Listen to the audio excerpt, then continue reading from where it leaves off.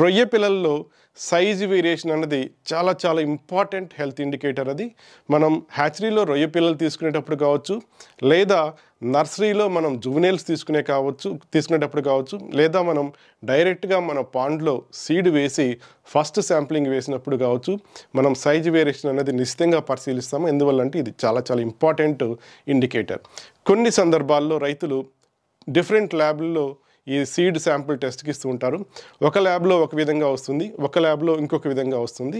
చాలా సందర్భాల్లో రైతులు క్వశ్చన్ చేస్తూ ఉంటారు, ఎవరు కరెక్ట్ అని చెప్పి క్వశ్చన్ చేస్తూ ఉంటారు. ఇక్కడ ల్యాబుల్లో 2 రకాలు ఉంటారు. కొంతమంది పిల్లను చూసి, రొయ్య పిల్లని చూసి సైజు వేరియేషన్ ఇంత ఉండవచ్చు అని రాసేవాళ్ళు 5% 10% ఉంది అని చెప్పేసి మనం విజువల్గా చూసి రాసేవాళ్ళు కొంతమంది ఉంటారు. కొంతమంది సైంటిఫిక్గా ఒక ప్రొసీజర్ ఉంది, ఆ ప్రొసీజర్ ఫాలో అయ్యి చేసేవాళ్ళు ఉంటారు. నేను ఈరోజు ఈ వీడియోలో సైంటిఫిక్గా మనం ఫాలో అయ్యి ఈ సైజు వేరియేషన్ ఎలా రిపోర్ట్ చేస్తామనేది మీకు క్లారిటీ ఇస్తాను. వీడియోలోకి వెళ్ళబోయే ముందు బ్రీఫ్ ఇంట్రడక్షన్ అబౌట్ మీ. నా పేరు రవికుమార్ అమిరినేని. నేను ఆక్వాటిక్ యానిమల్ హెల్త్ స్పెషలిస్ట్ని and partner at Alpha Biologicals. Alpha Biologicals is a leading probiotics and aquatic animal health care products manufacturer in India. ఇక మన టాపిక్లోకి వెళ్ళినట్లయితే సైజ్ వేరియేషన్ని టెక్నికల్గా CV కోఎఫిషియంట్ ఆఫ్ వేరియేషన్ అంటారు. ఈ CVని క్యాల్కులేట్ చేయడానికి ఫస్ట్ మీకు థియరీ వివరిస్తాను. థియరీ మీకు చాలామందికి అర్థం కాదు, డోంట్ వరీ. కానీ నెక్స్ట్ నేను చెప్పబోయే 3 ప్రాసెస్లు 3 స్టెప్లు కూడా మీకు చాలా ఈజీగా ఉంటాయి. ఇంతేనా అని మీకు అనిపిస్తుంది. సో ఫస్ట్ ఏంటంటే ఈ సైజ్ వేరియేషన్ మనం చెప్పాలంటే ఫస్ట్ లెంగ్త్ తీసుకుంటాం. 20 రొయ్య పిల్లల యొక్క లెంగ్త్ తీసుకుంటాం. దీనికి మా ల్యాబ్లో మేమేం చేస్తామంటే ఒక గ్రాఫ్ పేపర్ని లామినేట్ చేపిస్తాము. లామినేట్ చేసినటువంటి గ్రాఫ్ పేపర్ మీద 20 రొయ్య పిల్లలు వరుసగా పేరుస్తాము. వరుసగా పేర్చి దాన్ని ఫోటో తీసుకుంటాం. ఈ ఫోటో మనకి 2 విధాలుగా ఉపయోగపడుతుంది. మొట్టమొదటిది, మనం ఈ ఫోటోని ఎన్లార్జ్ చేసినప్పుడు రొయ్య పిల్ల యొక్క లెంగ్త్ క్లియర్గా కనిపిస్తుంది. ఒక్కొక్క గడి 1 mm, ఎన్ని గళ్ళలో రొయ్య పిల్ల ఉంటే అన్ని mm అన్నది మనకి క్లియర్గా మనకి క్యాల్కులేషన్ అంటే లెక్క మనకి క్లియర్గా వస్తుంది. రెండవది, ఇది ప్రూఫ్. ఎవరైనా మీరు సైజు వేరియేషన్ కరెక్ట్గా చేశారా, మీ సైజు వేరియేషన్ కరెక్ట్గా ఉందని ఎవరిని క్వశ్చన్ చేస్తే ఈ ప్రూఫ్ మనం ఇవ్వచ్చు. సో ఈ విధంగా మనం లెంగ్త్ తీసుకుంటాం.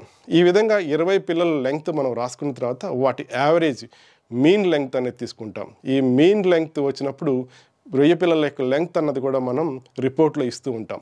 ఈ మీన్ లెంగ్త్ అయిపోయిన తర్వాత CV ఎలా క్యాల్కులేట్ చేస్తామంటే standard deviation by mean into 100 అంటారు. సో దీన్ని నేను డీటెయిల్గా ముందుకు వెళ్ళట్లేదు, ఇది ఫార్ములా.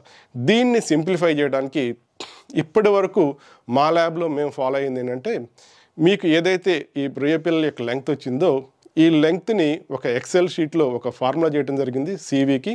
ఆ లెంగ్త్ మనం ఎంటర్ చేసినట్లయితే 20 పిల్లల లెంగ్త్ ఎంటర్ చేసిన వెంటనే ఫస్ట్ మీకు లెంగ్త్ యావరేజ్ లెంగ్త్ వస్తుంది. అలాగే సైజ్ వేరియేషన్ అదే క్యాల్కులేట్ చేస్తుంది. దాని స్క్రీన్ షాట్ తీసి మా దగ్గర డాక్యుమెంట్గా ప్రూఫ్గా పెట్టుకుంటాం. ఇది ఒక సింప్లిఫైడ్ విధానం. ఇంకా సింప్లిఫైడ్ విధానం ఏంటంటే, మనం ఈ 20 పిల్లల లెంగ్త్ తీసుకున్నాం కదా, ఈ లెంగ్త్ని మనం AI అంటాం, అంటే ఆర్టిఫిషియల్ ఇంటెలిజెన్స్. ఉదాహరణకి నేను ఇక్కడ మీకు చూపించబోతుంది డెమాన్స్ట్రేషన్కి గూగుల్ జెమినై. దీన్ని ఓపెన్ చేసి ఈ రొయ్య పిల్లల యొక్క లెంగ్త్ మనం కాపీ చేసి అక్కడ పేస్ట్ చేసి దీన్ని Gemini please calculate mean length and CV coefficient of variation అని చెప్పి మనం ఎంటర్ కొట్టిన వెంటనే వితిన్ సెకండ్స్లో ఇది సైజ్ వేరియేషన్ ఎంత అన్నది మనకి ఇస్తుంది. చాలా ఈజీ కదా. ఇక 4వది చాలా ఈజీ ప్రొసీజర్, మనకి మైండ్ బ్లోయింగ్. ఇది AI ద్వారానే ఇది సాధ్యమవుతుంది.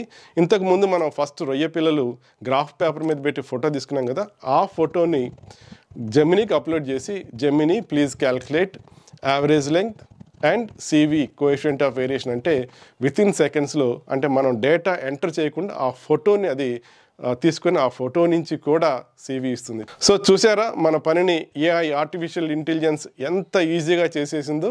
సో మీరు కూడా ఈ టెక్నిక్ వాడండి. ఈ విషయంపై అంటే CV కోఎఫిషియంట్ ఆఫ్ వేరియేషన్పై మీకు క్లారిటీ వచ్చినట్లయితే గాట్ క్లారిటీ అని కింద కామెంట్ బాక్స్లో టైప్ చేసి నాకు తెలియజేయండి. నేను హ్యాపీగా ఫీల్ అవుతాను మీకు అర్థమైనందుకు. మా ఆల్ఫా బయలాజికల్ సంస్థ ఎప్పుడు కూడా మీకు అవసరమైన సమయంలో అవసరమైన ఇన్ఫర్మేషన్ ఇచ్చేసి మీ ట్రాన్స్ఫర్మేషన్కి ఉపయోగపడుతుందని ఆశిస్తూ సెలవు తీసుకుంటున్నాను. All the best.